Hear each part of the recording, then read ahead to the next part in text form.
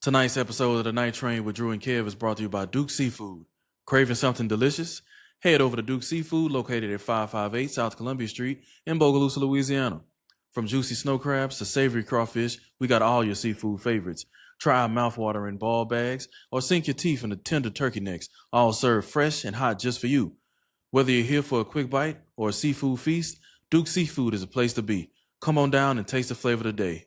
Duke Seafood, where every bite's a catch, located at 558 South Columbia Street, Bogalusa, Louisiana. How are we doing it now, man? We said we were Yeah, going to man. do it. Well, you said we was going to do it. Nah. It's gonna always be Yeah, we, man. It's but gonna always be we no, in this thing. but no, I'm saying like you've always told me. Let's take it back to the very beginning. All right, you told me BSN. For those who don't know, Bogalusa Sports Network.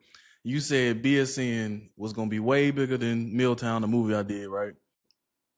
So let's start there because clearly you had a vision of what you saw in me, and we brothers, right? Absolutely. So I mean, let's start there, man. What did you see when I first said, "Hey, man, I'm about to film this movie," which you starred in? What did you see at that point to be like, okay, man, let's go ahead and now we're here doing the night train?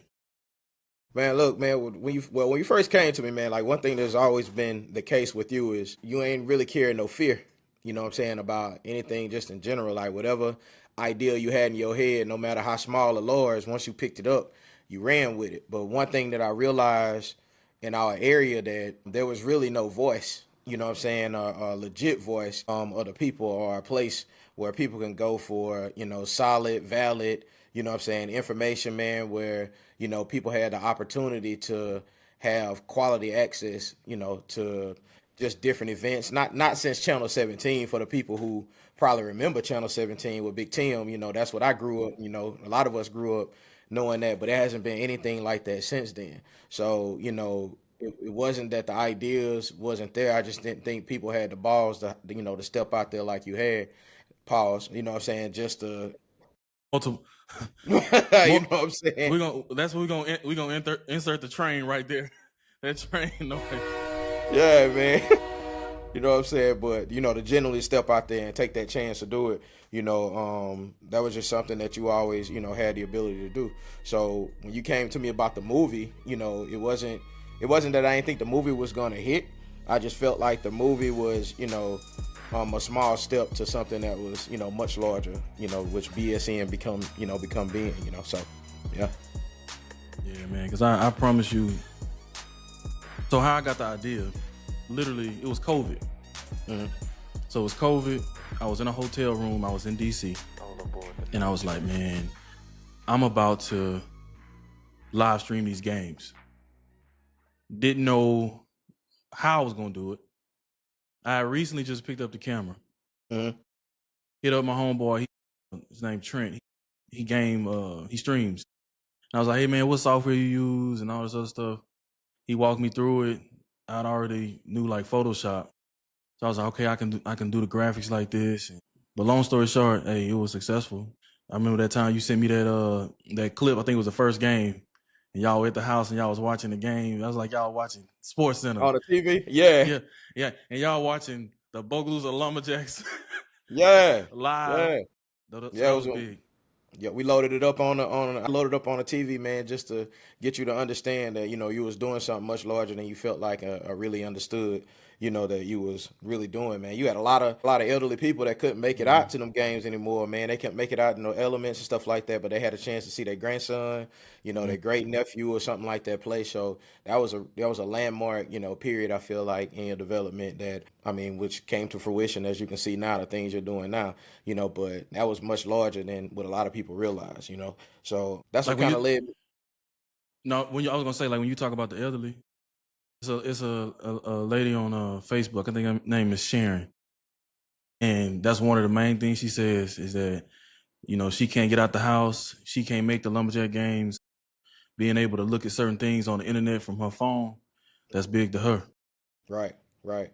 Right, man. And that means a lot, man. You know, those people that, I mean, those kids lack a lot of support, and a lot of them was raised by mama and papa and auntie, you know what I'm saying? So that is their parents, you know what I'm saying, to a certain extent. So them being able to share in those moments, you know, from the comfort of their own homes, man, that was big, man, you know. Yeah. So yeah, man, shout out to you for not being afraid, man. Shout out to the people that supported too, because I know that was a headache trying to do that, all of that, you know what I'm saying, without the support. People felt like, you know, that was people felt like So, that was free. okay. So since you bring that up, Yeah. BSN was always supposed to, it wasn't supposed to end, right? BSN was supposed to be like the main network. And then last year I was always gonna, expand it and branch out to the parish. Because when you think about it, all right, Bogue is gonna be Bogue. You know, whether you live in Bogue or not, you can be in Atlanta, LA, Philly, and you still, gonna chime in because you from Bogue. You know how many times you've been Bold, right? somewhere out of state, you see somebody from Bogue and you act like, y'all been cool forever. Absolutely. So I knew that was gonna be there. But then, you and I talked about it, about Vonado, adding Vonado to the list. So from that point, I was like, okay, Washington Parish Sports Network. This shit ain't cheap. Okay. I am forever grateful to Coach Braun, because during COVID, when I said, hey, can I do this? Am I able to go ahead and live stream the games as COVID? He was like, yes, go ahead. Great idea, right?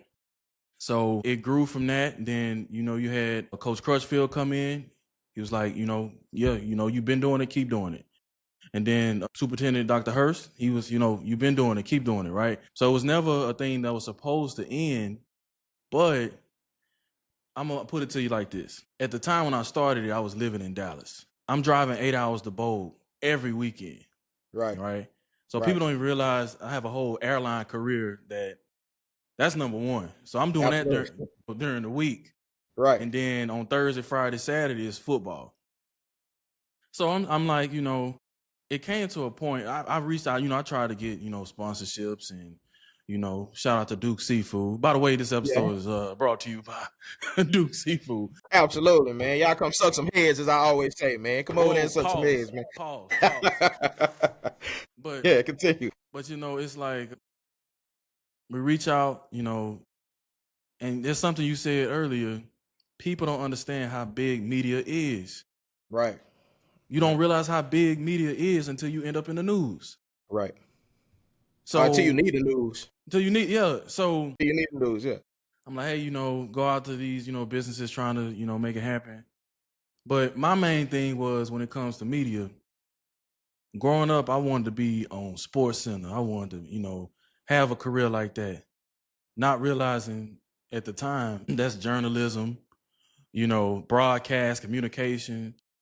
At the time, you think, oh, it's just sports, so I can get up there and talk about it. But when you're Stephen A. Smiths and all those, everybody that's on TV, those are journalists. Right. Right. I'm trying to see, I don't know. Am I freezing on your end? Yeah, you glitching every now and then. Let me see. I'm back. Well, no, I'm saying, those are journalists. So I didn't really understand that. But now, looking back at it, when you talk about media in Bogalusa, the daily news come out, is it once a week now? And I couldn't even tell you the last time I picked up a daily newspaper, so don't make me lie to you, man. But I But know it ain't often. and the crazy thing is, for example, the write-ups that they do about the Lumberjacks, the game is Friday. Mm-hmm. You're not getting an article until Tuesday. Yeah. Till Tuesday, yeah. That's one thing that I did with BSN. The game is Friday. You know the score in real time. If something happened, you know it that night. Right. So I was doing BSN, driving 8 hours, go to the game. Thursday is prep. Thursday, I'm creating all the graphics. If we playing A-Meat, I got to find A-Meat's logo. I got to put their color scheme. I got to make sure the color match. I got to reach out to, like my friend, the Brennans, the Coke plant. Coke plant was always, hey, man, we good. Lock us in for advertisement, right? Go in, got to put their logo. I got to set all of that up. Then drive the 8 hours, be at the stadium 5 hours early, make sure the Wi-Fi good, shoot the game. I want to go to Rita's. Yeah. I want to go to Juanita's after the Yeah. game. Yeah. Legends. Hmm. I want to go to these. I want to go have fun too. But some nights if I didn't go, I got an 8-hour drive now, 6. Getting back to Houston now 6 hours. But by the time they leaving Legends or Rita's, I'm just in Opelousas or Yeah. Lafayette. Yeah. I'm still on the road, Yeah. and Snuggled in and tight. They in there sleep. I'm getting home Snuggled at in 4 in tight. the morning. Yeah. So You know what I'm yeah, saying? Like, you know. so I still got to take care of that. So I mean, it came to the point to where I was like, okay, if I'm gonna keep doing it, it gotta be worth my while, Hmm. And we tried to make it happen, So like I said, Washington Para Sports Network was always going to, be a part of it. And when I start doing it now, I'm not just showcasing Bogue, I'm showcasing Vonderdo, Pine, Hmm. Franklinton. Fair. That Franklin Pine game was crazy, last year, being there for that. And then seeing Franklin go to the Dome, it turned out to be a good decision.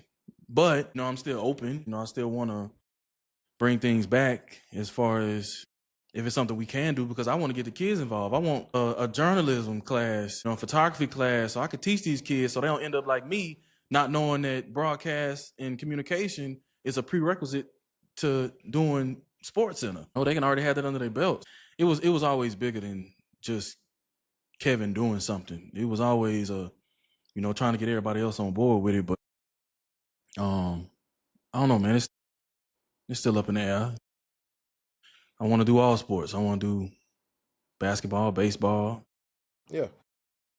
Yeah, man. I think like I said, I think that's one of the hard things about this area. Sometimes is you know, they can't see the forest because through the trees in a lot of ways when it comes to what it takes in order to own and operate or run something. They just see the final product and feel like I mean, it's the same way with like cameras, just in general. Like you people think you just pick up a camera and start taking pictures or shooting video and they can do and produce the same quality, when that's not the truth, man. That takes production takes a hell of a lot more time than what people think. So I mean, I feel like that's an issue around Bogalusa just in general, like people not having the right amount of respect for, someone and their craft, saying, and what it is that they're trying to, the challenges that they taking on, whenever they step out and do those type of things, man. Kudos to you on that, man. I just, I'm glad to see it become Washington Parish, only because we have to understand. Well, first of all, my personal opinion, we shouldn't even have Bogalusa Vonderdo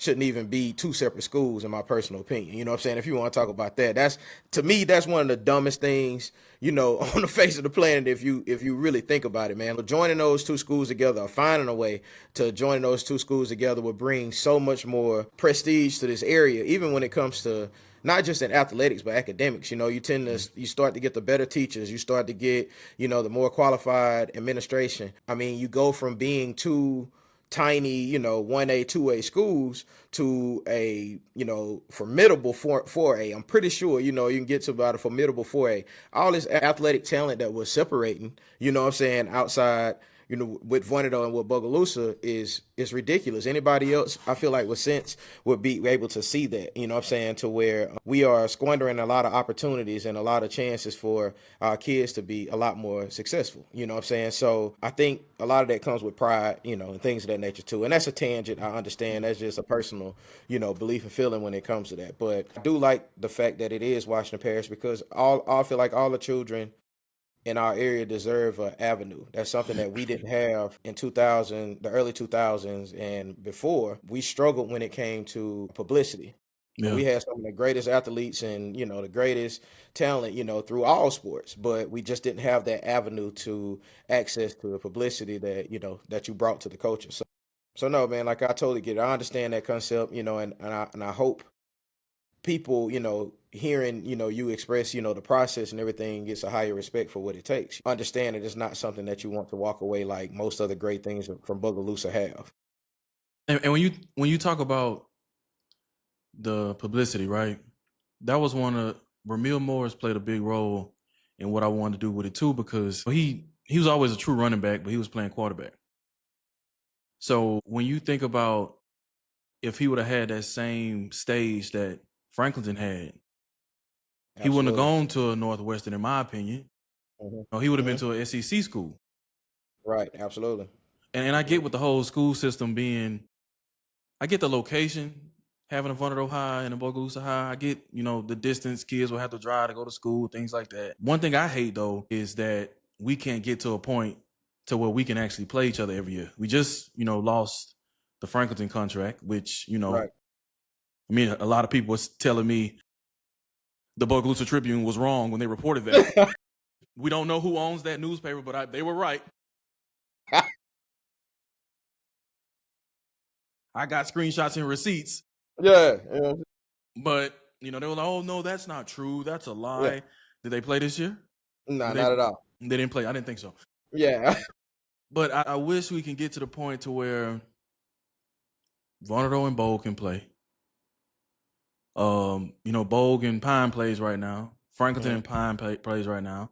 I believe Pine and Vonderdo plays right now. I can't remember if Vonderdo and Franklinton played, but I wish we can get to a point because at the end of the day, it's about money. Football brings the money. All right.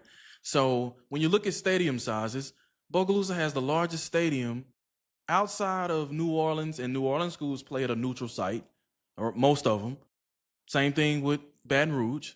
So when you look at the stadium size in Bogalusa, which should be packed on Friday nights, every night, shame Right. on you who don't go, you Yeah. know, unless you're not working, unless, you don't have the transportation, it should be shut down every Friday where Hmm. people are at that stadium, right?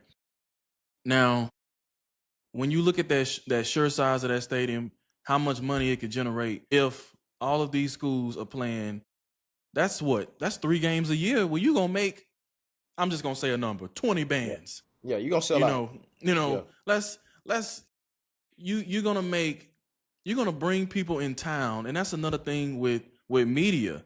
You're Hmm. gonna make money off of streaming the game for the people who don't even live in the area who will watch that game. You're gonna make money that way. You're gonna have Right. everybody come to town. Look how Right. many people come to town now for Bogalusa homecoming that weren't coming 4 or 5 years ago. Absolutely. You know, So I'm gonna pause you right there. So let me ask you this question: what do you think? So what you feel like the issue is when it comes to, well, first of all, what you think?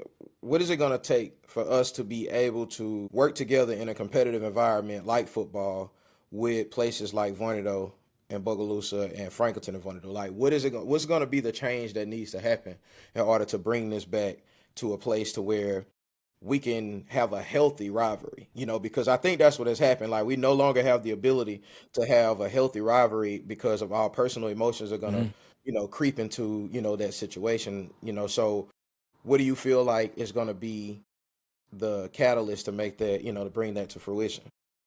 The climate that we're in, and it's not just Bogalusa, it's all over the country where you're seeing violence in small towns. Hmm. That is one of the main reasons why a lot of these games don't happen. Hmm. 98% of the time, if Yeah. it's not 100, right?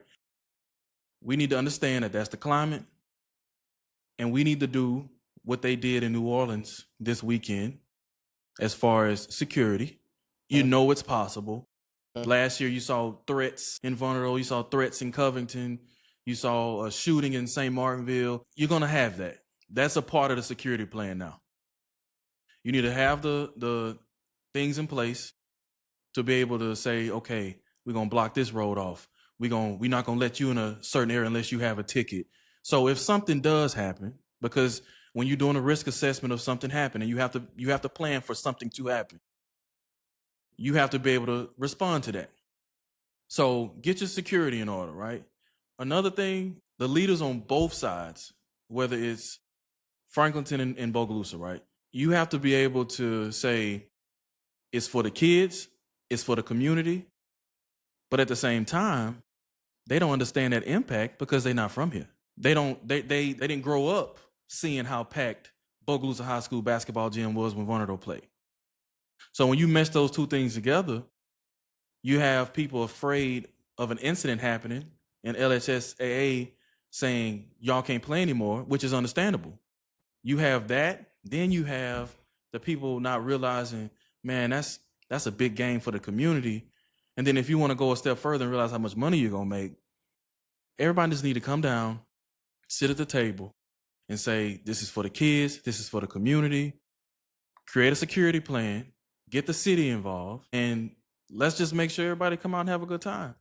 I mean, when you look at the I believe it was an incident right before homecoming, and everybody was kind of afraid to, are we gonna have this? Are we gonna be able to, accept everybody in? And what was it? What happened? A security plan was created. The school officials were communicating with each other. They created a plan. Nothing happened. Shout out to Mhm. Bogalusa, by the way. Shout out to Yeah. Bog for, Yeah. come and, I'm happy that happened. So, I mean, that's my take on it. Yeah. Well, you froze up on me. That's why. All right, you back. But yeah, like I think about that often simply because it's to a point now where I personally feel like accountability is the issue. You know what I'm saying? When it comes to parenting, the approach, there's no longer any accountability on the parenting aspect for what your child does or what your child is, you know, guilty of, what I'm saying, which leads to deeper issues because there's no way to fix anything if you don't feel like you're wrong. You know what I'm saying? Like if everybody feels like they're right and everybody feels like they're innocent, then there's no opportunity of, a correction. That's one of the things that kind of pisses me off when it comes to dealing, just with Bogalusa, the appearance of where people automatically already have this preconceived notion, that Bogalusa is going to be the culprit for all negativity, in the parish. When Yeah. there are tons of different things that happen at multiple different high schools, no one is holding anybody else, what I'm saying, accountable for these issues. It can't just always be, filter back or just all hung on Bogalusa's jacket for every time something,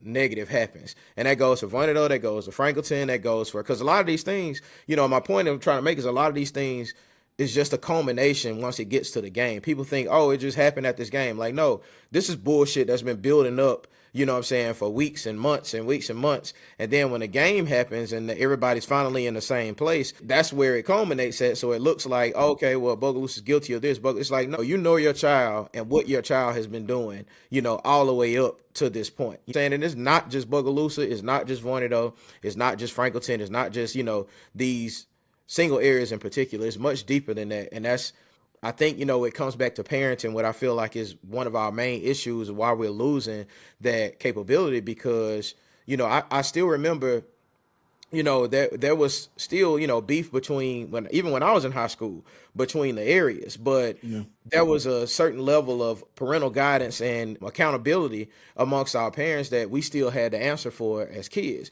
If we were caught in the wrong in any type of way, we were chastised for that. But now it's like, the kids can literally go to school and almost burn it down, and then the parent will come up there and fight the teachers. You know what I'm saying? They'll fight, or the staff, they'll fight, the administration, and that trickles down into the kids. So whenever we have these events, what I'm saying, we have these situations, then it's just really a powder keg at that point, what I'm saying, whenever we get together. So I feel like, personally, this is, my approach. I feel like there has to be a renaissance of parenting first, what I'm Mhm. saying, about how we getting our children back in order when it comes to accountability and decorum. Like, because that's going to carry over into everything else they do, whether it be in a classroom, whether it be in extracurricular activities like athletics and things of that nature, what I'm saying? So they know how to be coached. They are coachable. They know how to win. They also know how to lose. They know all of these different, what I'm saying, characteristics that you have to have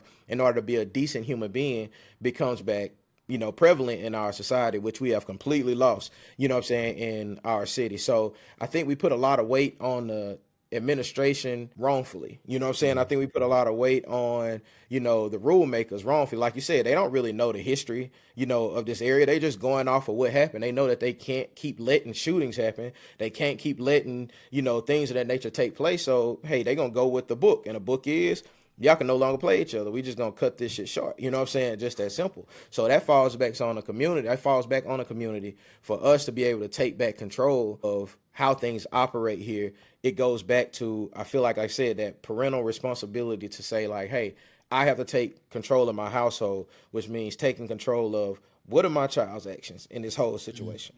Instead of just automatically feel like, oh, y'all picking on my child, or y'all picking on this, y'all. It's like, nah, man, your child ain't shit. Like your child is like bad as fuck, bro. Like, and the crazy thing is, man, a lot of parents know the shit, Kel, they know, bro. Like a lot of parents, they be at home with them every day, and they know their kids bad as hell, man. So why are you so shocked when a teacher calls you and be like, yo, your child and this motherfucker burning this bitch down?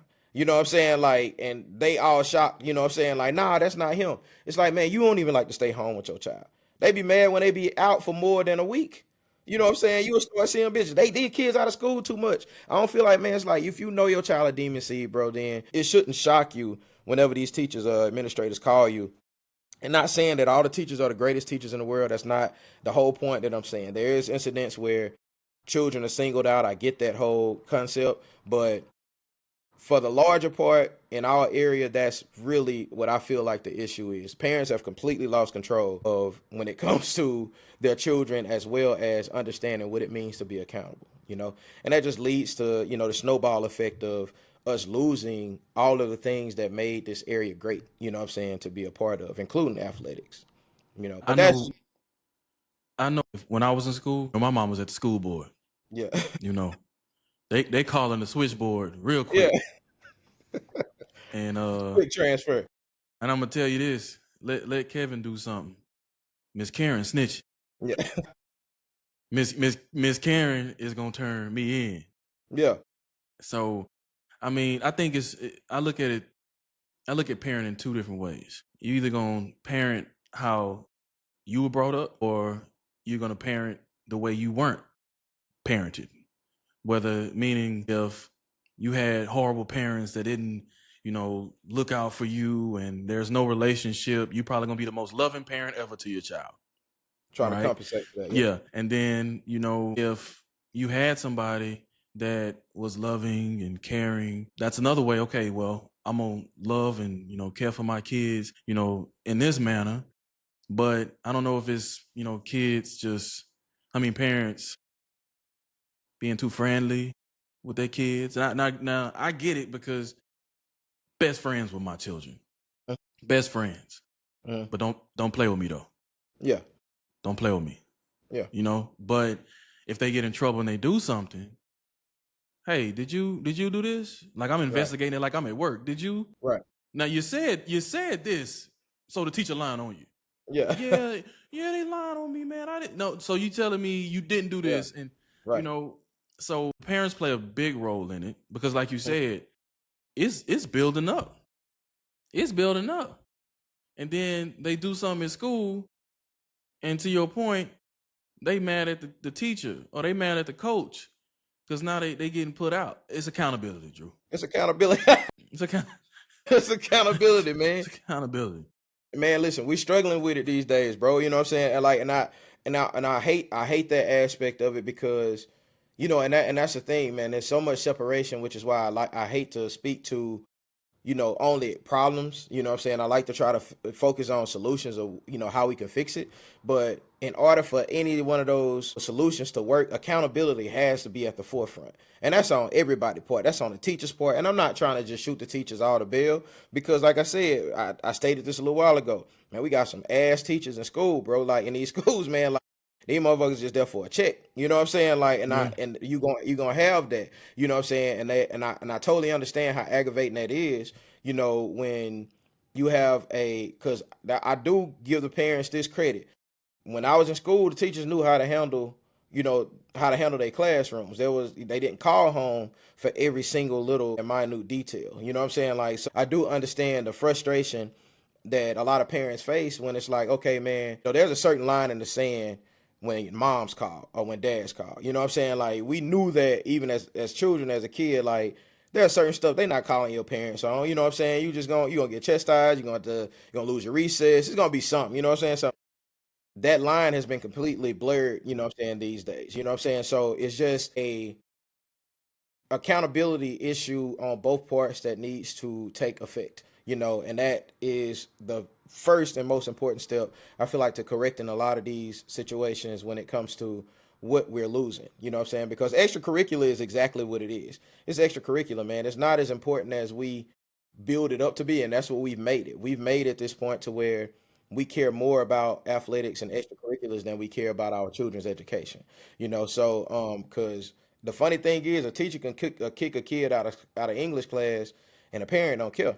And a coach can sit a child down for a game and they'll raise all kind of hell. You know what I'm saying? Because we've totally lost, you know what I'm saying, like that balance of understanding that, like, hey, there are more important things in life than, you know, these extracurricular activities. So it's steps that got to be taken first. We got to fix that first before we move forward with anything else. If not, it's going to continue to trickle down. All right, the Philadelphia Eagles defeated the Kansas City Chiefs 40-22 in Super Bowl 59. Jalen Hurts won. No. Jalen Hurts gets his first ring. He wins MVP. 17 for 22, 221 yards, 2 TDs. Devontae Smith, A-Meat, gets him a touchdown in a big game. The first touchdown at that. Yeah. Didn't he get the first touchdown? No, Jalen Hurts did. Yeah, Jalen Hurts did. They did it on that brotherly shove bullshit. I will say this. The Chiefs O-line was trash today. They did not show up at all. They could not. Yeah. I don't even know. Let me sacks. Sweat had 2.5 sacks. So yeah, Chiefs O-line was trash today. Gave up 6 sacks. Man, that O-line was looking like the Bengals. Man, and then on top of that, man, the pressure up the middle, man, like which has always been a problem. I mean, pressure affects every quarterback, but up the middle pressure up the middle it's gonna be the absolute worst for any quarterback. But Patrick Mahomes looked like a square, a regular. You know what I'm saying? Out there tonight, man. Like Patrick Mahomes looked. Go ahead. Yeah. No, I just, it's just shocking to me to see. It wasn't really the thing that shocked me the most. I guess wasn't really the pass rush. It was really the fact that, Xavier Worthy, Hopkins, Kelsey, man, them boys were non-existent out there, man. Like, and they was playing shell coverage for the majority of the night, for what I could see. So, he couldn't throw over top. But usually Patrick Mahomes is a 2-step, 3-step out. But them boys had on clamps the entire night. So the secondary, I feel like, really should get the level of respect for that game tonight, because a lot of those sacks could have been considered coverage sacks because he was in scramble mode. It's just, man, I just wasn't expecting not one of the things that happened tonight to actually happen tonight. He was a pedestrian. You had 2 former Saints, Zach Bond and man, don't tell me that. CJ Garner-Johnson, back in New Orleans. Back in New Orleans. Back in their former home stadium. And CJ gonna talk. Oh my God, man. When has he ever not? You know what I'm saying? He gonna talk every single chance he get, which I ain't gonna lie. Like I gotta give a man the respect he deserves, because no matter where that man go, he the same person. And he gonna put the same performance on the field. When he was in Detroit, it was the same concept. I was shocked that they let him go. But he brings that tenacity to every defense he plays with. He has the same energy and he brings the same tenacity. And it just seems like he's that soul, that heart and soul of any defense that he's on, man. When the Saints had him, we was a lot more aggressive, you know what I'm saying, on defense. When Detroit, same concept. Now that he's with Philly, same concept, So, man, he deserves it. Zach Bond, I hated to see him go from jump. He was one of my favorite linebackers when he was with New Orleans, But they both deserve it. To see him get into New Orleans kind of sucked.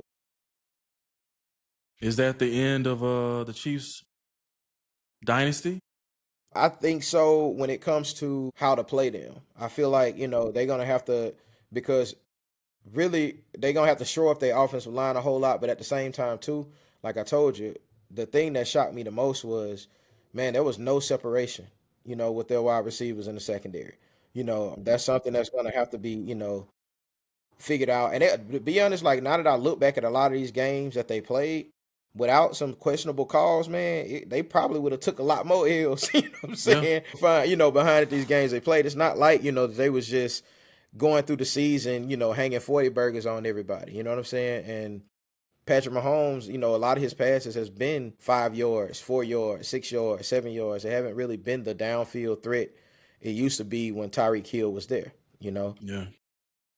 From what I can deduct. Yeah, I mean, congratulations to the Eagles, man. That was one hell of a game plan. I think when normally things like this happen, when you got a dominant team, you win back to back. When those players go into free agency, you're gonna lose them because another team's gonna offer them the money. Absolutely. Same thing with Tariq Hill. He got his ring. He was valuable, and he goes down to Miami, and so I see the team. I don't know who's all going to be free agents coming up, but I'm pretty sure that we're going to start to see this team break up. I did like that, Andy Reid got his rings, Absolutely. but I think it was time for, Jalen Hurts to finally come in, quiet everybody. They always talk about him. They've been talking about him. The only other person that get more slander is Lamar Jackson. Yeah. But I think now Lamar about to get all that slander because they can't talk about Hurts no more. Yeah, absolutely. Yeah, and the way that Philly's built, to be honest, going forward, man, they're gonna be a problem for a while. The way that they're built, the year that Saquon, which Kansas City did a hell of a job tonight, game planning for him. But the way that Saquon, his season that he had, man, he looked like he just came into the league last year. So Yeah. moving forward, running game like that with a mobile quarterback. I mean, they have the tight ends, they have the deep threats at wide receiver with shit. You just said his name.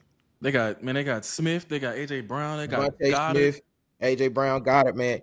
They have everything. They have every piece of equipment, and they have the defense. And I don't mean just a run of the mill defense. I mean literally, they have the one of the number one defenses, in the NFL to go along with it. So I can't see them dropping the ball anytime, over the next, 4 years or so. So they're gonna be, the team to deal with. Man, if you told the Kansas City Chiefs they were gonna hold Saquon to 57 yards, You would think that was a win. Yeah. and the score was 40-22, but Yeah. it was 40-6. Yeah. It Exactly. wasn't. Yeah. Exactly. They made it look a little prettier, Right. Right. but it was 40-6 until the fourth. So I mean, yeah, Philly came. Bourbon Street is going to be amazing tonight. Yeah. It They has, said it has been over the last few days, actually. man, they said Bourbon Street smell like Febreze, man. They got the lemon trucks out there spraying Ran Febreze it down. on bourbon. Hey man, listen, it was kind of satisfying to see. I'm not gonna lie, like it was just, and I don't want to say that I'm suffering from Kansas City fatigue, because I love greatness. I love to see teams that work hard and reach the pinnacle of their sport. But it's just, there were a lot of questionable calls over the season and I'm never one of those type of, well, except for of course the infamous Saints Rams botch call. But other than that, I'm not one of them type people that's like, oh, it's the ref's fault. But there was a lot of questionable calls, I feel like, and it wasn't questionable calls that just didn't really matter. These calls over the years that cost the games. You know what I'm saying? So to see the game, because after that first pass interference, I thought it was about to be right on. I was just about to say that, and it happened. It happened on the same sideline as the Saints' infamous, PI. Man, that's trauma for you to remember the same sideline. The same. Hey, I was at that game. I was at that game, by the way. Yeah. I was sitting mid-level on the opposite side of where it happened, and I saw it. Yeah. I saw that pass interference. Man, that game. Let me tell you a story. I was living in DC at the time, and this was back when streaming first came out. Really, I was watching the Saints Vikings game, NFC Championship. I'm watching it on a Fire Stick, and it was a lag. Yeah. It was not jailbroken. It was Man, not. listen. It was not jailbroken. I was watching the game, and man, I was hyped, man. I already had my flight booked to go to Philly the next week for the NFC Championship game. I was like, it's locked in. We're gonna win this game. So fourth quarter, we got the lead late, and we just scored. We good. And I'm sitting there, and my phone's blowing up. It's the end of the game. Like, I'm thinking people texting me saying, hey man, the Saints, we headed back to the NFC Championship, we good. And it's everybody from the airport texting me, and they laughing, they sending emojis. I'm like, What y'all sending emojis for? And seconds later, Stephon Diggs. Oh my man. The Minneapolis The Miracle. Minneapolis Miracle, man. Listen. And I'm sitting there and I'm like, no way. This didn't happen. This did not happen. And I get back to work the next day. Eagles fans, my office is decorated with the play. With the play. People got pictures of Marcus Williams ducking, you know. Man, listen, I've never seen my sister, of course, Saint Soldier. A lot of y'all know her as on Twitter and other places, man. Danity, man. I don't think I've ever seen my sister more disappointed at anything. Maybe more disappointed than, the pass interference. Disappointed than the pass interference and, game against the Rams. Because it was, first of all, like I said, it was one of those type situations that I feel like 99% any other time would have been either intercepted or even if it was caught, it would have been tackled or game would have been over, right there. Because it was a double covered situation and it was double covered. So, it was just that the fact that 1 to 2% chance actually came true. You know what I'm saying? At that moment that really made it's such a terrible experience. And then on top of that, it was one of the most unlikable wide receivers I feel like in NFL today in Stephon Diggs. To this day, I just don't like that. Never did beforehand. I just feel like he was always a diva. So the fact that, he was the one to complete it made it even worse, So, I mean, the trauma that you carry as a Saints fan is epic, man. It deserves to be studied, the things that we've been through and the ways that we've lost and the opportunities that we've had, along the way that's been completely snuffed out and crushed. But that's definitely up there. That Minneapolis Miracle is probably, almost a 1B to the Los Angeles Rams pass interference game, So it's just man, I think when you look at that no PI call, if you go back and look at that clip, Tommy Lee Lewis didn't sell it at all. Yeah. After the pass interference, he ran back to the huddle. Yeah. He didn't go flag. He ran straight back to the huddle. If he sells it and looks at the ref like that's pass interference, you think he would have got it? You may get the call. Yeah. You may get the call, man. You may get the call. But I mean, in other words, when you we can't talk about the Super Bowl and not talk about Kendrick. Well, did Drake watch it? You think Drake watched it? Absolutely. I don't think it's any way possible that happened and he wasn't going to tune in and watch it. As much, and we all know how I feel about Dot. Y'all know how I feel. The people who's watching this, y'all know Dot has been my guy since, since the hippie days, man. Since, and that's what a lot of people don't really, remember, Dot from back in those days, man. I really think this was the first L I feel like Dot took, in his whole situation. Like, I was really disappointed with the halftime show. I think he left a lot to be desired. And I felt it actually the first 15, seconds or 20 seconds. I said, yeah, this is not going to go, the way. Now, I will say this. There was a lot of, if you're talking about the message, I feel like the message that Doc was he was trying to portray went over 80% to 90% of the people's head that the message that he was trying to portray. I loved the African-American culture in the hoodies, creating the American flag. You got Samuel L. Jackson being Uncle Sam. Now you go back to Samuel L. Jackson, Django. Yeah. You go back to Django. Yeah. Who that is on that name? Man, listen. I like that, and I get it. People they were debating, we should have had Wayne versus this. But when I look at the performance as a whole, I see that he had to keep it commercial. The Super Bowl halftime show is for us at home. It's not for people in that dome. That was not for them. When you look at how it was filmed, the production, the cameras, he's performing at the camera. He's not performing at the stadium. Stadium, right. That's what that was. But I do like the subliminals. I do like, he mentioned the lawsuit. Right. I like the teaser leading up to it. He playing the instrumental. Because, when you think about it, you're like, oh, well, if he's playing an instrumental, that's not against the lawsuit. He can do that. Because I think they were so worried about them bringing up the whole I'll say P word, Yeah. when the entire Caesar Superdome Scream A said minor. A minor, Yeah. man. And Because then when you the fact he called his name and looked directly at the looked at camera the when he camera. said When I look at the lawsuit, I really felt like at the beginning this was to block that song being played. for sure. 100%. And if the whole minor situation and saying that was part of it, then he can still get away with it because he can say, I didn't say it. I just said the crowd. The dome said it. Yeah. I didn't say it. Anything else about Drake? You think he gonna? I don't know, man. I feel like in life, you got to know when you took the L and to say I took a L and just move Yeah. on from it. I took a Right. L. Right. You know, this wasn't a Meek Mill beef.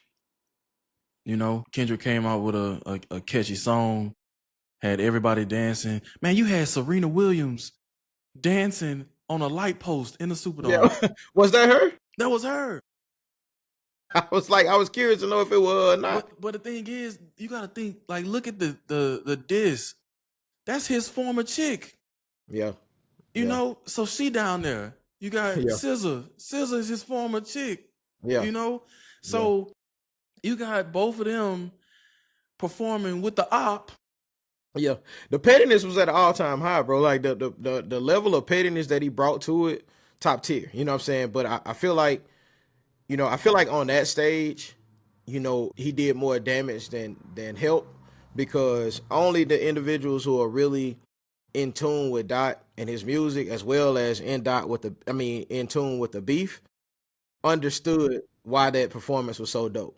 The average everyday person had no clue half of the shit that he was talking about, half of the things that he was doing. And that's the only reason why, if I was on his team, I probably would have advised against that route. You know what I'm saying? I would have been more along the lines. Nah, I'm not saying if you want to play, your most popular song that won all them Grammys, totally fine. I don't have a problem with that at all. But I feel like he put a lot of weight and emphasis on a beef that, only the culture was really, really involved in, at a deeper level.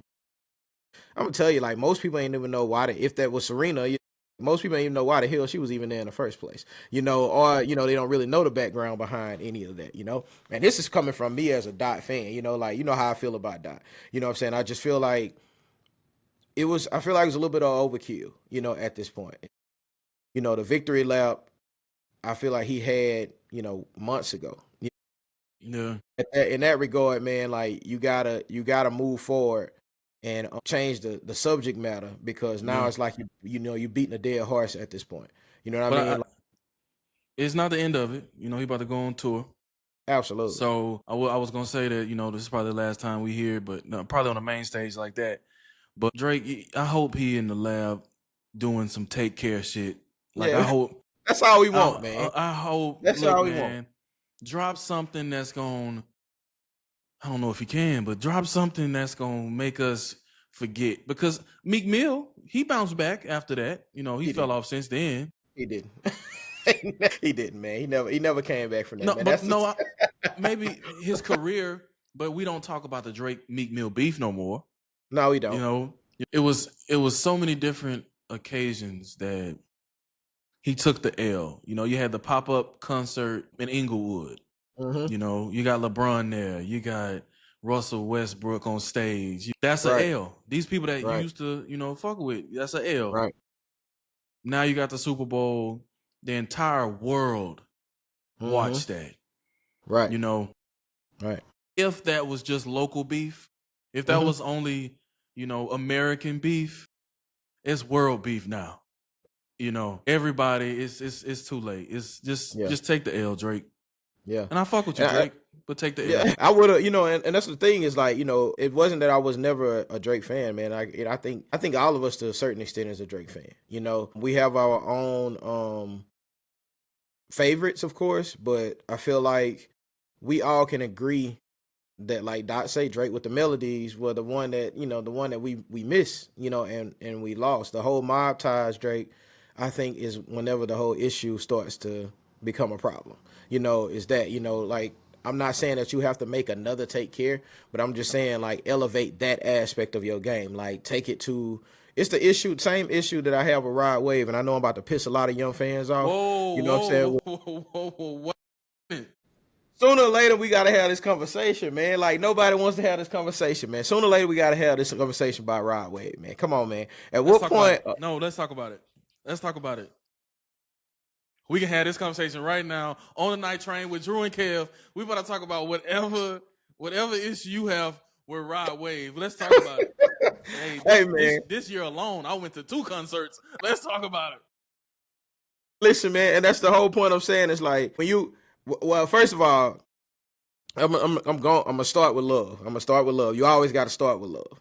First of all, Rod Wave brought a vibe to hip hop that was kind of void. It was a void that he kind of filled it. You know, when especially like with the Soulfly vibe, you know what I'm saying? Like you feel that void, you know, but I feel like we don't hold artists these days accountable of growth.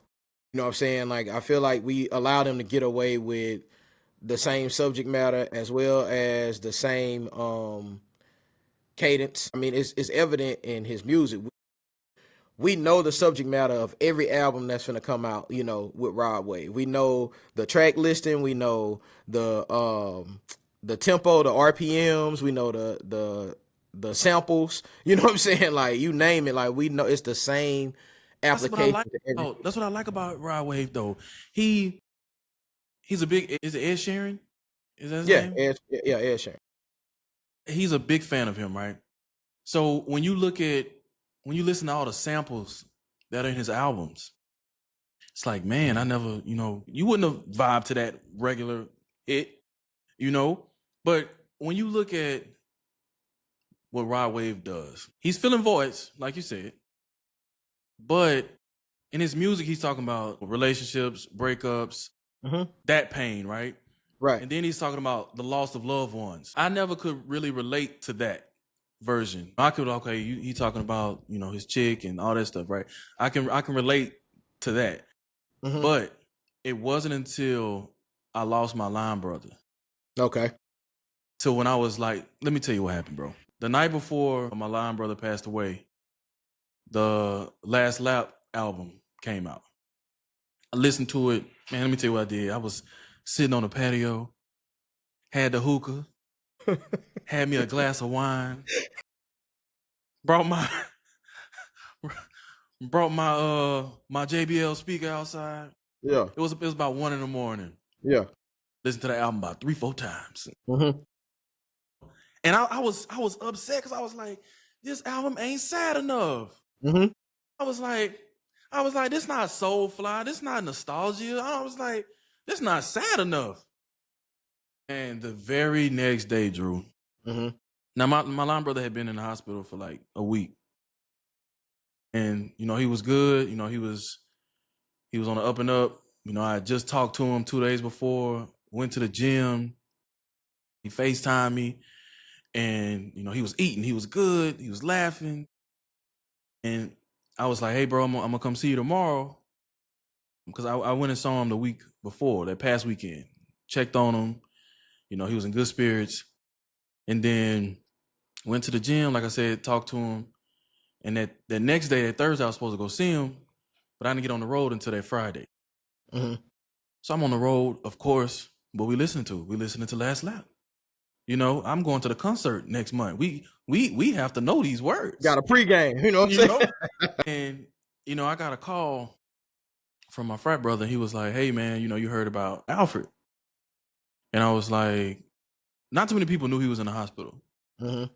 So when he told me that, or when he asked me, I was just like, no, what's up? He was like, hey, he's in the hospital or whatever. That's what I'm saying in my head. In my head, I'm like, he in the hospital, but not too many people know that. So I'm not going to give that up. I'm like, hey, what's up? He was like, hey, Alfred just passed away. I'm like, nah. Not too many people knew he was in the hospital. Honestly, I was like, you don't know what you're talking about, in my head. And I was like, hey, I'm going to call you back. Yeah. And I called my other frat brother, and he answered the phone, and he just crying. And he didn't have to say nothing. You already knew, yeah. And Drew, I'm listening to the album, right?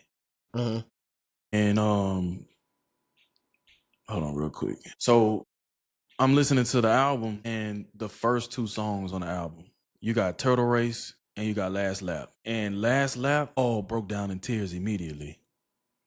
Because it's talking about you losing, Rod Wave talking about the loss of his uncle. Right. You know, that was my first time relating to music, talking about they lost somebody.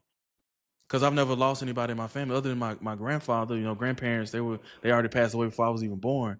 Right. So now I'm listening to Last Lap, and it's just like, it's no way. It's like, to this day, the song get me, bro. Mhm. To this day. Yeah. And like, in the song they talking about keep going, Mhm. bro. Still get me, bro. Still get me. And just the lyrics. And listen, man, like that, the emotional connection, you know what I'm saying? And I know that personally is a connection that you have with that time, and that's totally understandable. You know what I'm saying? That aspect within itself, of why that album means what it means to you, you that's undeniable. That's not anything that I would even want to debate, like how serious that takes to you.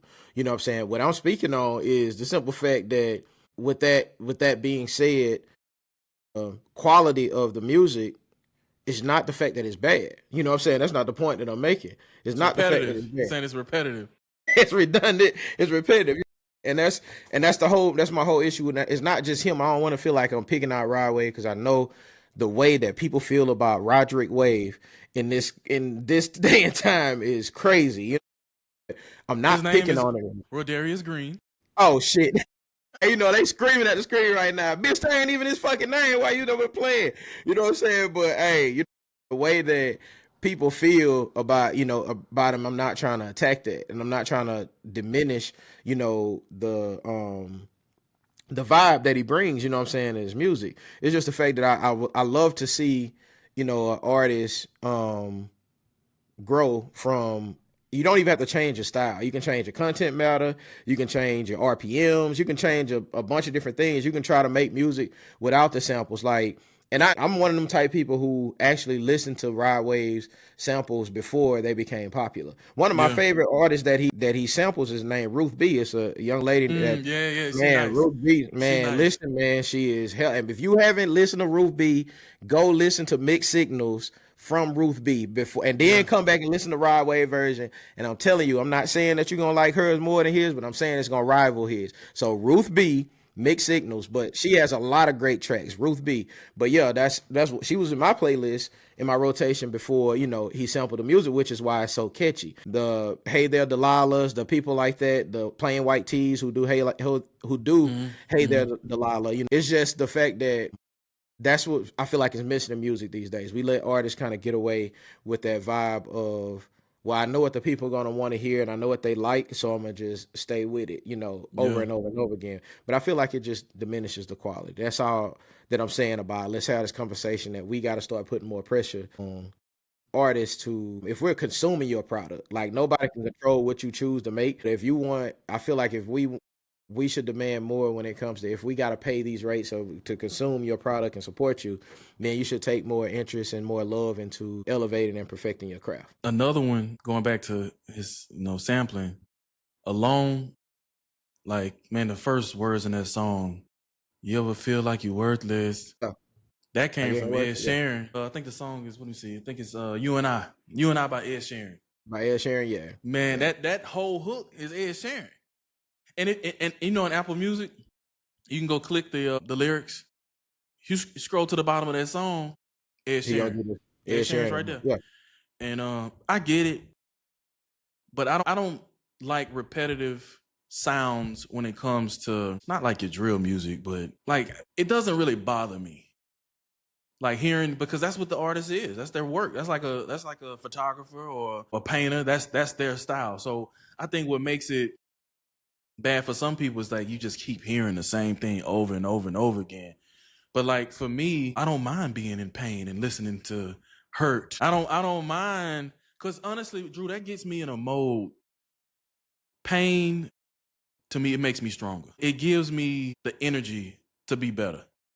So hearing that over and over again, it puts me in a place to be like, okay, I gotta go do this. I gotta go work on this. But as far as like being in pain, I don't mind that, and it drives me to be stronger, if that makes sense. Yeah. No, I can understand that. Like, even when even if I'm lifting, whenever I'm lifting, I was yeah.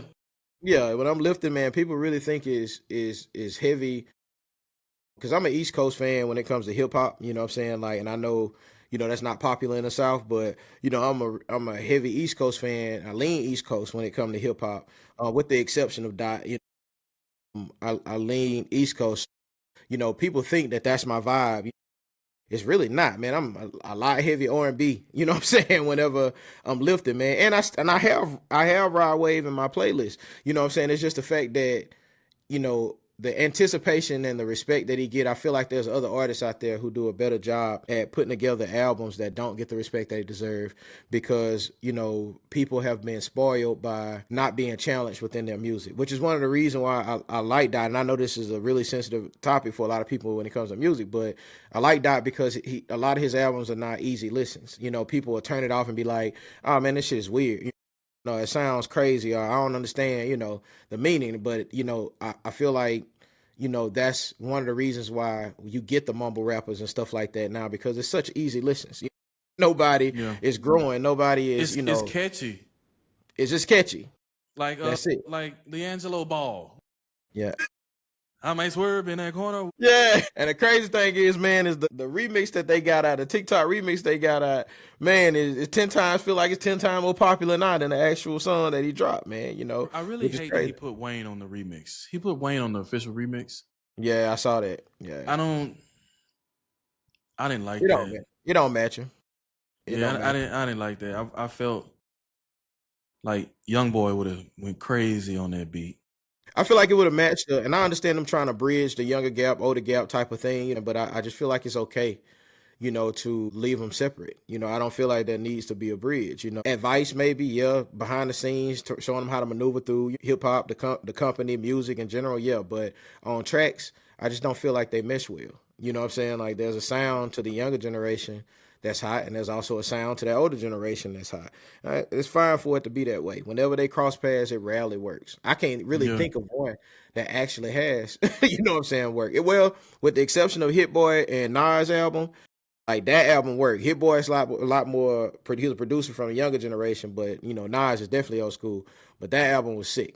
You know what I'm saying? With the exception of that album, other than that, it really don't work too well. No, I wasn't really a fan of it, and which ever since the Squad albums and the early Carters, I haven't really been too locked in to Wayne within itself as it is. Yeah. But yeah, man, no hate to Rod Wave. I just want to see him elevate his music a little bit. I feel the same way about Rick Ross, man. His cadence, Rick Ross cadence don't change. If you go listen to all Rick Ross songs, man, every rap cadence, it's gonna be the same cadence in every single one of the songs he do. I'm licking lip and pepper wings. Woo! It's gonna be the same cadence, like it's not going. So elevation is something I feel like we got to bring back to music, man. But yeah, I think moving forward. one thing we can all agree on, because you probably gonna get canceled after your Rod Wave take, but at least we can agree on. Well, I'm not gonna say we agree on him being the GOAT, but the GOAT album is Blonde by Frank Ocean. Listen, man. Well, see, now you finna get canceled out that shit though, man. Like, No. nah, you might get canceled out. Cause I'm gonna tell you right now, like, there's a very small sector of individuals that really fuck with Frank Ocean music, man. So you finna like, I can tell you right now, I feel like I'd be hard pressed to find 10 people in Bogalusa or the surrounding areas that really like give Frank Ocean a chance in our area. Man, that Like, Blonde album, and you know what? When was that album released? 2016. it feel like 20 years ago. Man. Now, that's what it feel like right now, man. It was released August 2016, and to people that fly a lot, if you want to have a nice melody, if you on a long haul flight going to London, hell, if you're going to Tulum, That's that rich talk right there. You hear this nigga talking, man. It's that rich talk. if We you're ain't going to flying, fucking Tulum or nowhere, nigga. We going to fucking Gulf Shores. This motherfucker talking about if you going to Tulum in London, nigga. if you Pepsi Cola. traveling to Madrid, if you're going to Paris, and you need you a nice album that's gonna get you into that nice realm of sleep, Man, listen, man. put on Blonde, start you off with the track Nikes, and just play it through. Just play it through. I really don't think a lot of people ears elevated enough to really enjoy it though, man. I'm just keeping the bean with you, man. Like, cause I'm gonna tell you, his version of Moon River is one of my favorite versions of Moon River out there right now. Dear April is another one. It's a B-side, but people sleep on it, man. You know what I'm saying? Like when it comes to that, man. But Frank is that guy, man. After he got out of that Deal. I was just about to man, talk about this. I knew for a fact, man, like we wasn't about to see him Man, at all anymore, man. when he got out of his deal and dropped that, it was Apple Music that he dropped that video on, right? And man, he just been gone for a decade. But you know what? He's still making money off of Blonde because we listen to it. Man, I know he's making it off of me. I stream that. I stream it. That's my morning time, like morning time vibe when I'm, pause when I'm, getting dressed and getting ready because listening to Frank Ocean morning time vibe is wild. If you really think about it, man, in the shower. But you're not time out. You're not getting us taken off of YouTube. So I'm just saying though, man. So where you going right now? Man, I'm just saying, yo, listen to White Ferrari fully sudded up with lotion, bro. I mean, with soap is crazy, bro. I don't care what nobody say. You fully sudded up. Listen to White Ferrari, man. Like, hey, man, listen. Like, I be having to let it fly though, man. That's my vibe, man. Like that Blunt album, bro. And I don't even think people, like I said, Godspeed, man. Yeah. Man, listen, 3 stacks on his version of Solo. He ate that up, man. Like, he don't get the respect he deserved for that verse. You know what I'm saying? So, man, Blunt, I could talk about Blunt all day, man. That's hell. His mama talking to him on the track. Man, what's the track? What's the album that he dropped? It's not on any DSPs. It's only on like YouTube that a lot of people sleep on too. I can't even think of it. But he had and like I just started going to like concerts not too long ago. Like 2 years ago is when I really started to branch out and enjoy wanting to go to a concert. But a Frank Ocean concert, bro, like if he come out the blue, and you know what he could do? This dude could really be in LA and say, we're gonna be at the Los Angeles Coliseum tomorrow for a concert. It's gonna sell out in minutes. It's gonna sell out, man. Absolutely. He has that, and I feel like there's a couple artists who carry that mystique. You know what I'm saying, about them, and they do it well. He does it really well. Lauryn Hill, of course, is one of those ones that do it really well. That kind of just pop out. She's not gonna show up, or if she do show up, if she do, it's gonna be hella late. You know what I'm saying? But they carry that mystique. They capable of disappearing. I feel like the GOAT at that right now, though, even though she haven't disappeared, but she kind of just like, hey, yo, y'all get it whenever I feel like getting is Rihanna, because Rihanna, she dropped, I think when Anti was the last album, and man, and after that, she's just like, yo, y'all ain't getting no more music from me. You know what I'm saying? Like, she making all that Fenty money though, or Fenty whatever it's called. She ain't gotta make it. She don't need too much music right now. Yeah, man. So, but it's a couple of them artists that carry that mystique, and he one of them, man. I don't know. Frank just can't do no wrong when it comes to his music, in my personal opinion, man. And I know they got a lot of insecure men out there who can't even listen to him, because of his, choice to be homosexual. But listen, man, music is music in my eyes, man. If it's good music, I don't care who sings it, man. Hey, you know what? Your daddy was listening. Your daddy was listening to Luther. He was. Oh no, we all know how Luther came with it, man. You know what I'm saying? Absolutely, man. Like, and he definitely wasn't the only one. Yeah, man. It's just I don't know what the name of the album. It was the same album that We All Cry was on. I don't know if you remember that track. We All Cry. I mean, We All Try, I meant to say. But yeah, it's not on DSPs. But that was a real underrated album too. But I don't even know how we got there to Frank. But I was talking about Rod Wave. You know what I'm saying? But yeah, man. No disrespect, man.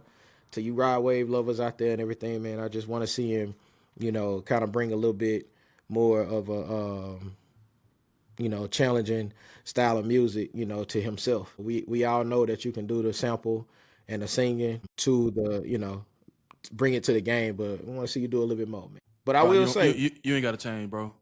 You ain't got to change. If you want to keep dropping hits, being emotional, and expressing your pain, keep doing that. And I'm gonna keep yeah. listening. I'm Hey gonna keep man, listening. hey man, I could be that old dude in the room these days, man. You know what I'm saying? Like, hey, it's like that now. It's just, and I keep reiterating this. It's not bad music. I'm not saying it's bad music at all. Like one of my favorite tracks by him is what's the track name when he was talking about your heart's still broken, but she's in denial, needs a grandmama to watch a child. What's the name of the I know track? you're talking about. I know you're talking about. I know you're talking about.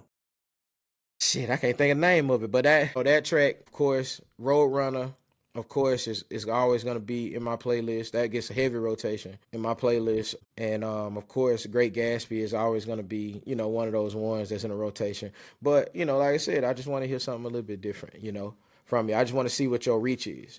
So yeah, but that's the end of my ride rave rant. But you know what's underrated? It's starting to grow. But I listen to African music. So I Like listen Afro to beats. like Yeah. Burna Boy, Hmm. Ashake, Yeah. Davido. Like that's man. Look, if you want to talk about a concert, if you want to talk about like 25 different cultures in one stadium, black, white, purple, orange, you know, Burna Boy, man. Burna Boy concerts in London, crazy. It's a crazy experience. I've only heard like one or two of his songs. I haven't really, had any type of deep dive into his catalog at all. But I know that he's one of those artists that is much larger across the world than we know here in America. You know what I'm saying? It's kind of like that, man. The first time I what's the Latino cat that is it some what is it something Bunny? What's his name? Bad Bunny. Bad Bunny, man. Listen, I did not know how big Bad Bunny pause was when it came to like just the world in general. Like, you know what I'm saying? Like, as far as like these kids, man, like I'm telling you, man, like that I saw his concert and that shit, man, I'm like, man, I did not, but it's just like I said, that American mind of where you feel like music runs through, this culture and this culture only is a lie, man. Bad Bunny concert was, I mean, that shit rivals Beyonce concert. That shit was massive, man. But let me tell you about Burna Boy. I think it was 2023. That was the first time we went over there. And that same night, Beyonce had a concert at another stadium in London. Be So when careful you now. Be careful, man. The beehive out here, man. hey, let me tell you something. Just tread Let lightly. me all What I'm you about to saying say? I don't know what is you about to say, but I'm just saying, tread lightly. The beehive. all I'm saying is Burna Boy is that big of an artist in Europe that he was able to sell out his stadium the same night Beyonce sold out hers. Okay. Okay, that's safe. That's All safe. right. So that just goes to show you, like for example, Burna Boy had a tour in the US last year and we bought tickets to go to the New Orleans show. Why did I do that? I don't know. Because I knew it's probably two people in New Orleans that have ever listened to Burna Boy. He got canceled because he didn't have the ticket sales. So what I did, I flew to London to see him. Wealth. Like I told y'all, man. No, Wealth. no. You never know who you don't know who watching. No. This part of the show is brought to you by Afterpay. No, Hey, this man, part of the listen. show is brought to you by Hey, and for you Klarna. people who think we don't know, man, we know y'all using Afterpay to pay for these trips, bro. It's all right. Y'all ain't gotta lie about the shit, man. You know what I'm saying? Afterpay, man. Listen, bro. Like I know for a fact, I know how a lot of us living out here, man. You know what I'm saying? Y'all be trying to hide the fact that y'all, man, y'all 25 in a hole with Afterpay. You know what I'm saying? Going, y'all back from the trip and still paying payments, which is crazy on Afterpay, man. But then, flex like y'all, you ain't gotta flex like you got it, man. Klarna, Afterpay, we know about all of them, man. Ain't nothing wrong with it. Proudly wear your Afterpay badges, man. Proudly wear your Klarna badges. It's okay. You know what I'm saying? It's cool, Kel. You know what I'm saying? I just had to let them know, man, because what I mean, it's getting crazy out here in the streets, bro. Like, you can't lie to the people who kind of understand the game. You know what I'm saying? Like you can't, man. You ain't doing nothing but hurting yourself, man. It's all good. You good. I'm just happy we see in the world. That's all that matters, man. And that's Whatever what way. people need to do, man.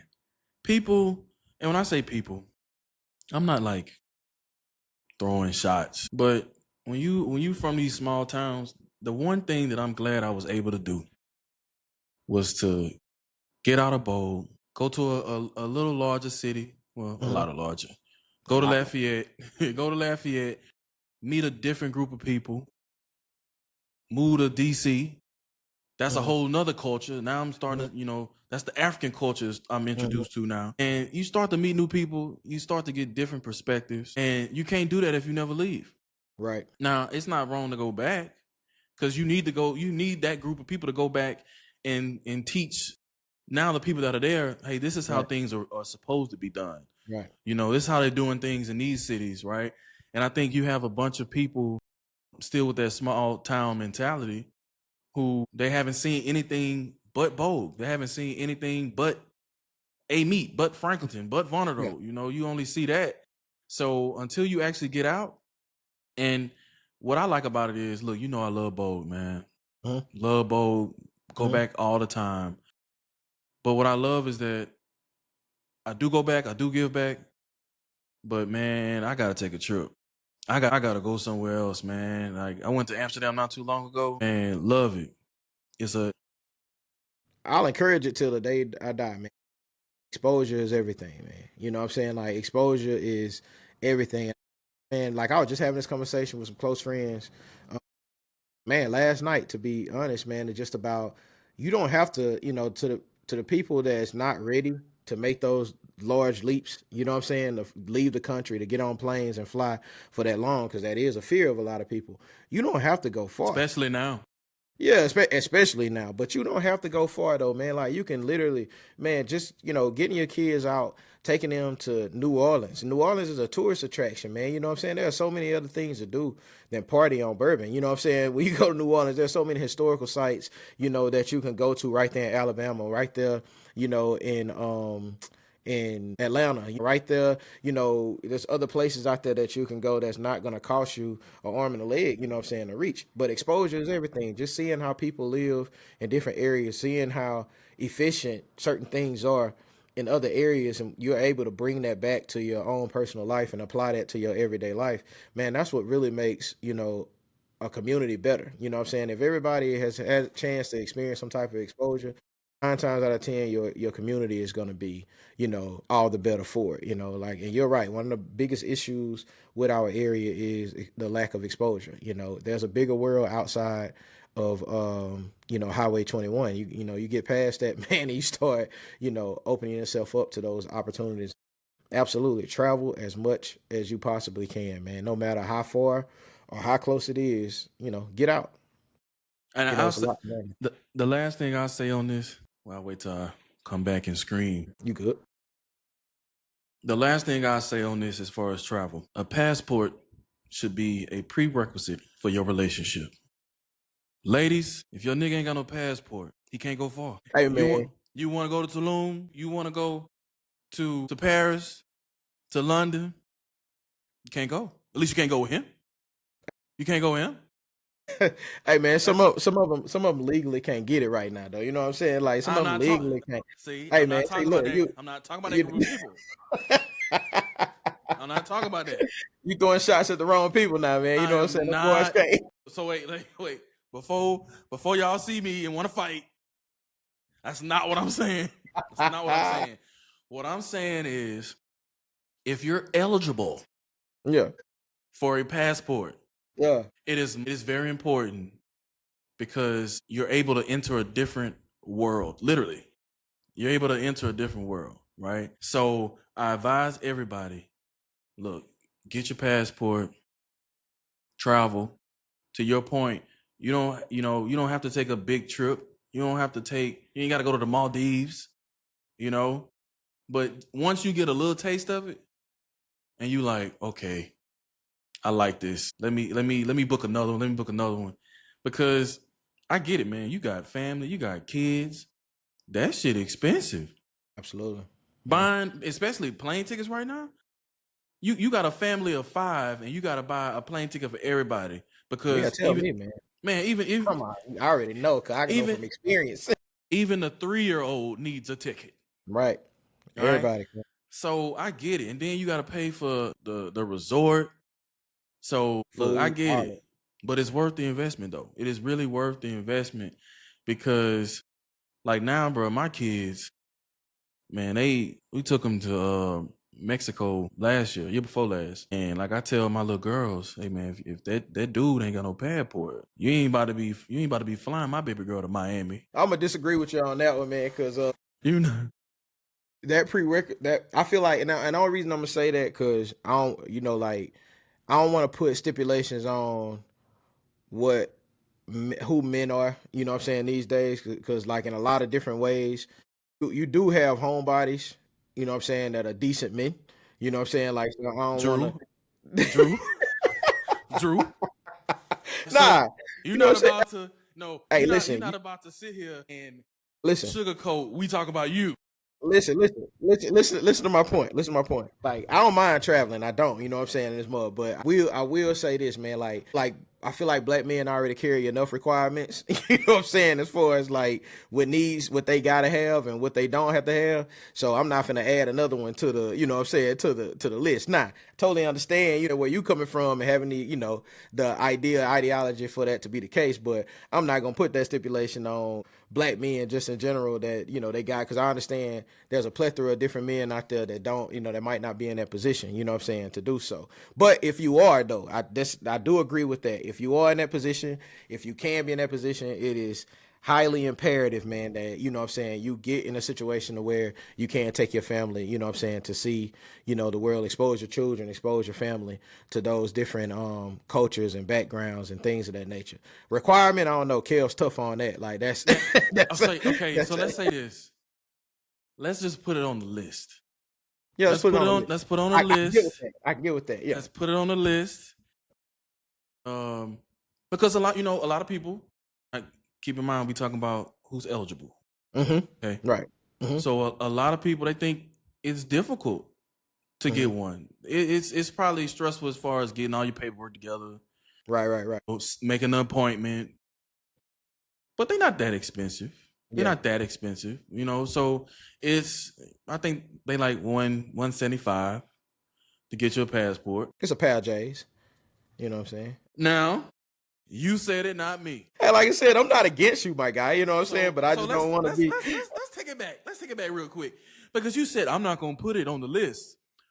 No, but them fives that came out that weekend. All right, Like I okay. said, I ain't against you, my guy. I'm just not gonna make it a requirement. You know what I'm saying? Like I'm not gonna make it a requirement. Like I said, we've been blessed. We've had great parents, in our life, man, to kind of, expose us to a lot of different things. Not everybody had that opportunity. You know what I'm saying?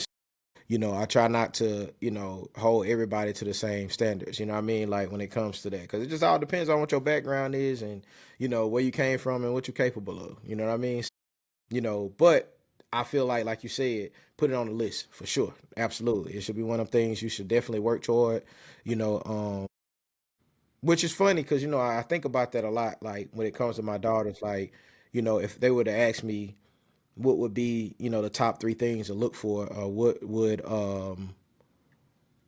would you want, hold on one second for me.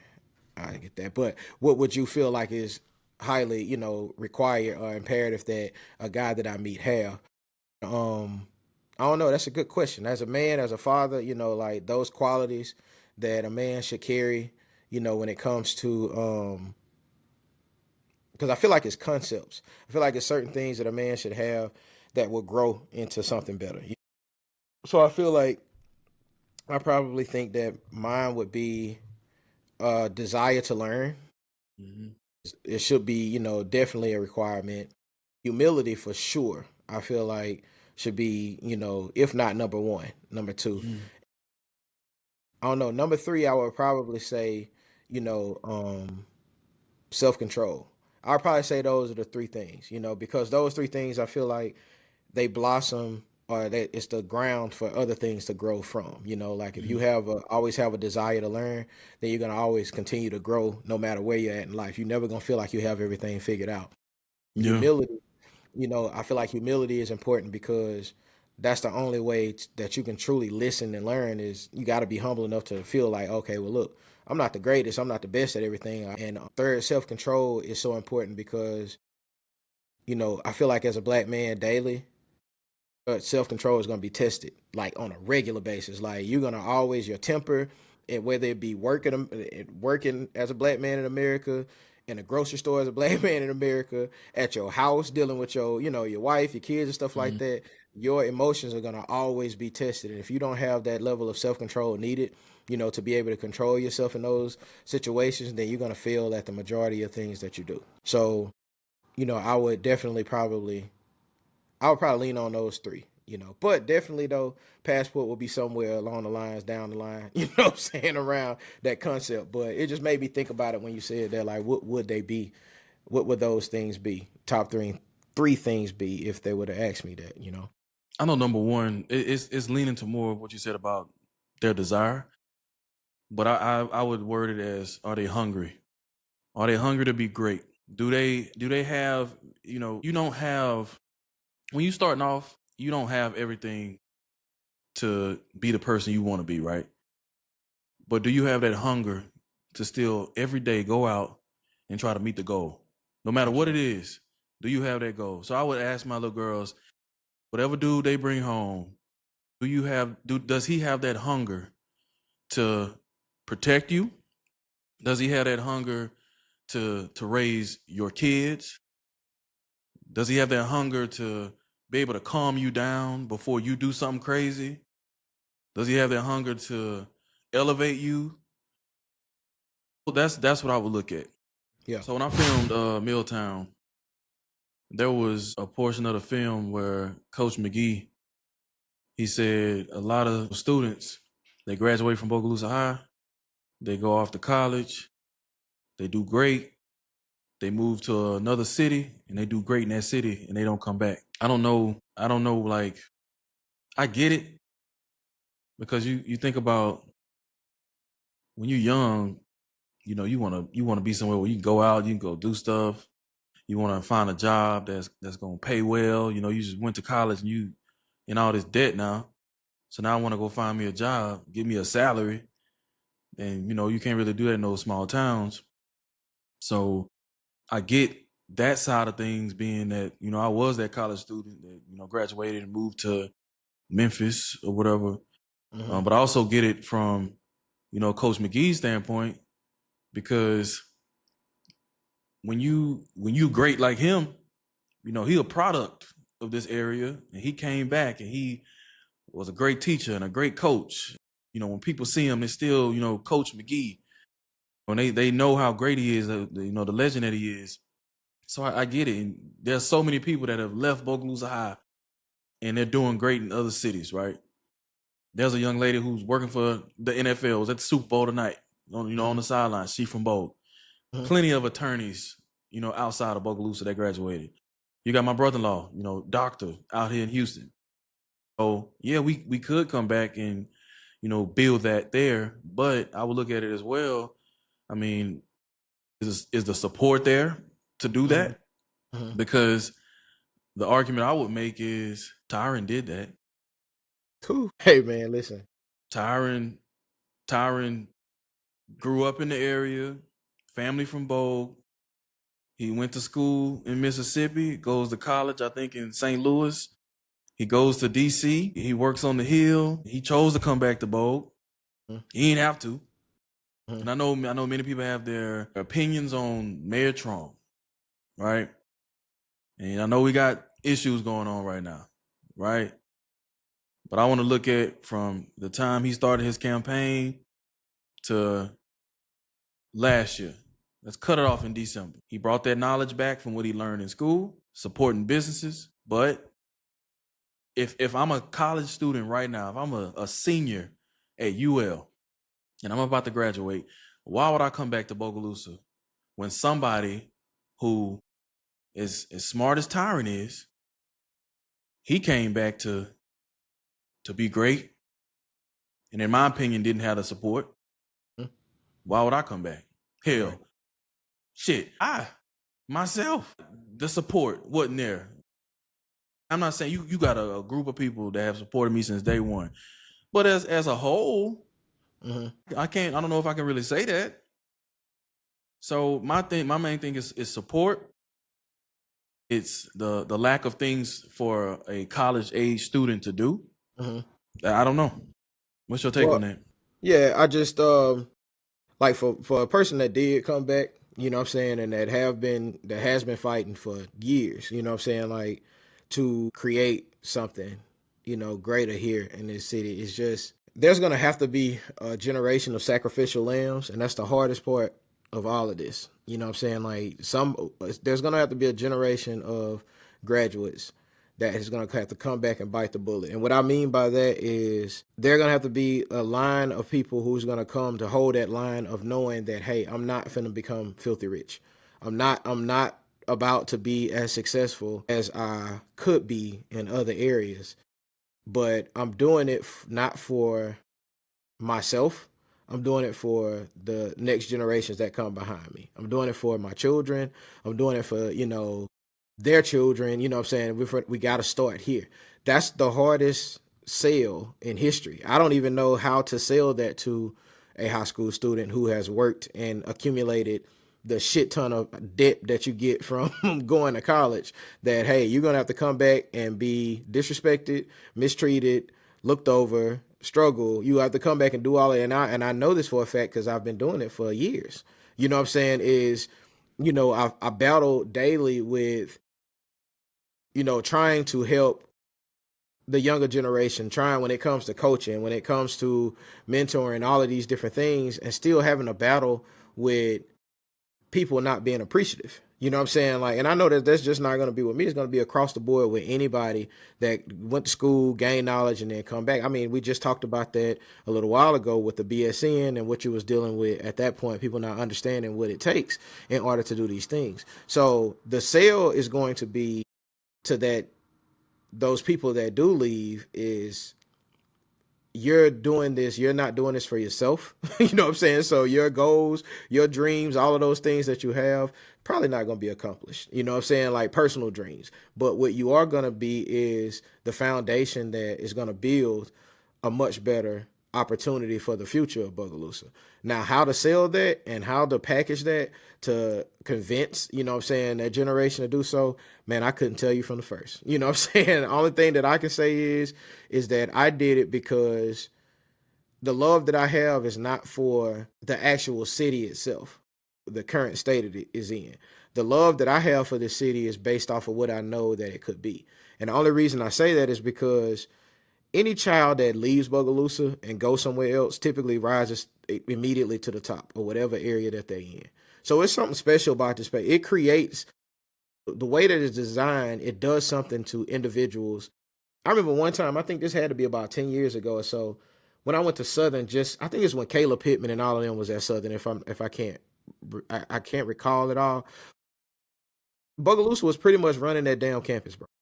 You know what I'm saying? Like those kids that graduated. But I went over them like, Jesus Christ, man, what is it about Bogalusa kids when they leave and go somewhere?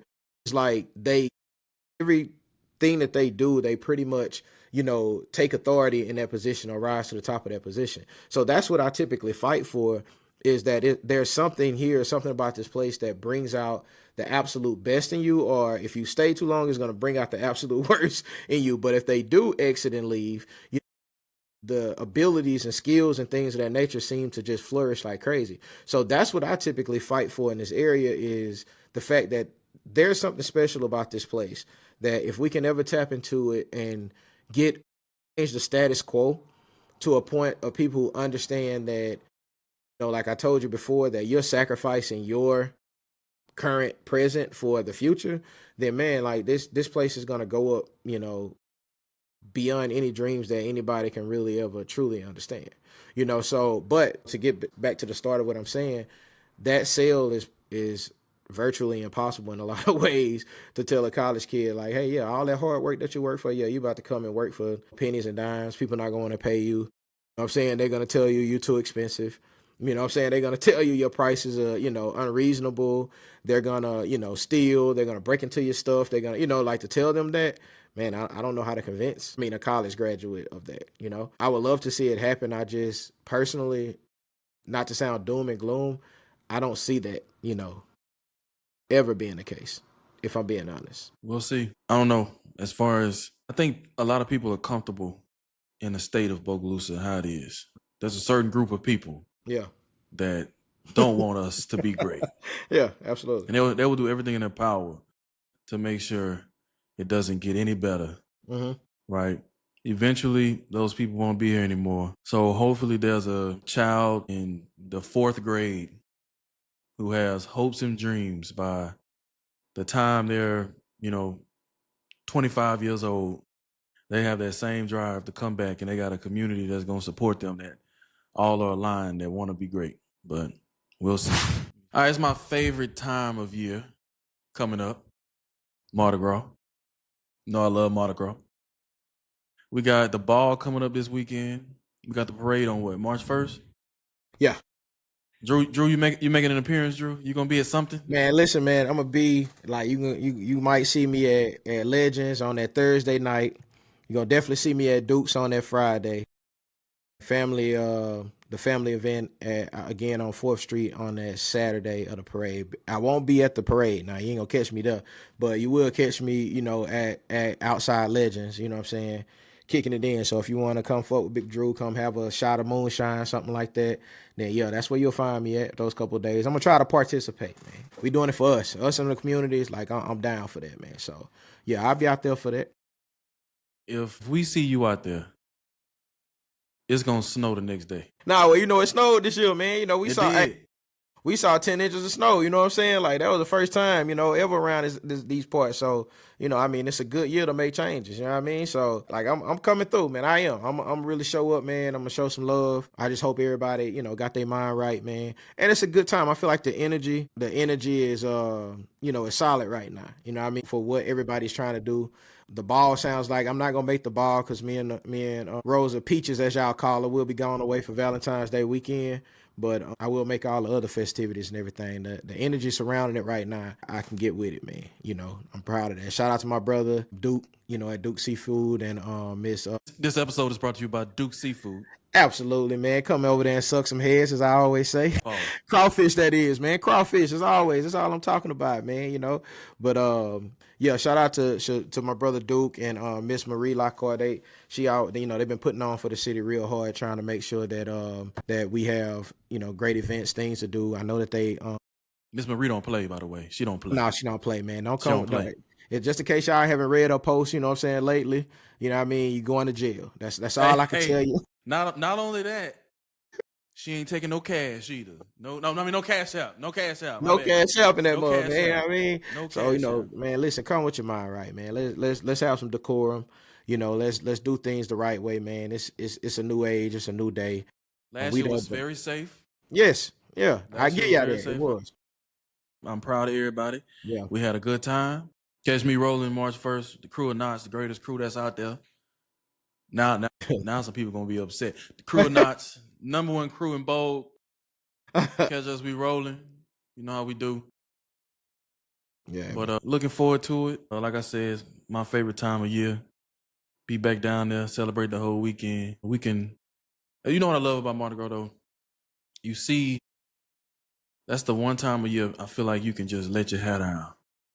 Everything is accepted as far as, you can be a principal, you can be a doctor, you can be a lawyer, but you know what? You can have a good time and have a drink in your hand. Yeah. And somebody see you. Yep. Yeah. And that's across the whole state.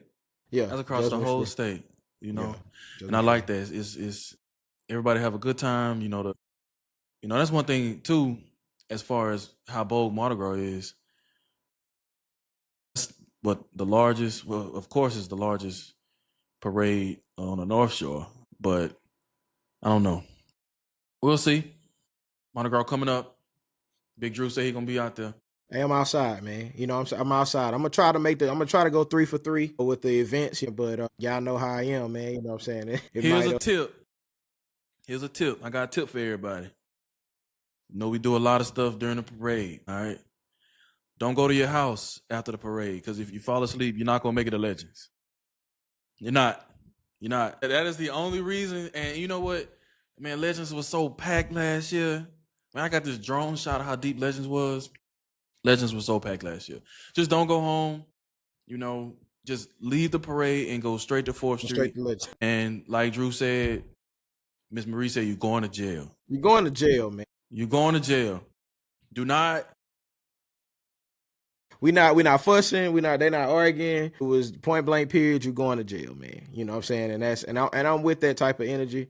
I'm not coming at my house for foolishness, man. Like, I love my house. It's peaceful. It's quiet there. You know what I'm saying? It's a good time. So if I'm gonna leave that place, man, like, then I want to experience the same thing wherever else I go, man. I want that same peace, that same, love and character, all that comes along with it. I want it wherever I go to. So, yeah, let's be on our best behavior, man. And if you didn't know, the parade on Saturday, and you will be in there till Monday. You ain't getting out till Monday, man. Depending on the crime, you will be in there till Monday. Yeah, man, for sure, man. But shout out to the king and queen too. Who's the king and queen this year? Crew of Knots finest, baby. Oh man, listen, hey man, you missed me with that. I have no clue. Only reason I knew the king and queen last year because they was my brother and sister-in-law. That's what you mean, bro. That's the Crew of Knots finest. Nah, I ain't gonna lie to you. I forgot his name, but I know Kawan. No, I'm about to find it. Hold on. I'm sorry. I'm sorry. Look, man. Look. Let me tell you why I don't know his name. I know we in the same group. And I was gonna edit this out. I was gonna find the name. I was, but I'm not gonna edit it out because look, look. I'm gonna find the name first. Hold on. Let me see. Hold on. Let me call Megan real quick. Hey man, that's crazy, man. That man lost points. You go out to ride on the back of the float, man. But now I was about to explain why though. Hey, Gail. Hey, don't incriminate yourself in any type of way. You are live on air. She can't hear you. She can't. Oh, all right. Gail, you on the podcast right now, but it's not live. But I got a question. Who is the king for the crew? Who's the king of the crew for the crew of Unity? Ladarius Bristol. All right. He asked me who the king and queen was, and I didn't know the name. But even though he a part of our crew, I didn't know his name. That's what it was. Hey man, if you sounded a little bit more cheerful, maybe you would have made an appearance on the podcast. But you sounded very upset that I called you at midnight. Well, I'm just gonna let you know what I'm gonna still put this in here. I'm gonna put this on, so you will be in the first episode. The what? No, because the world about to find out. Hey, I can't believe I just called her and she just acting like this. Here. All right, thank you. All right, bye. All right, so the king and queen is Ladarius. The dude forgot his name already. That's crazy. No, Ladarius Bristol. Yeah, it's Kawanda August.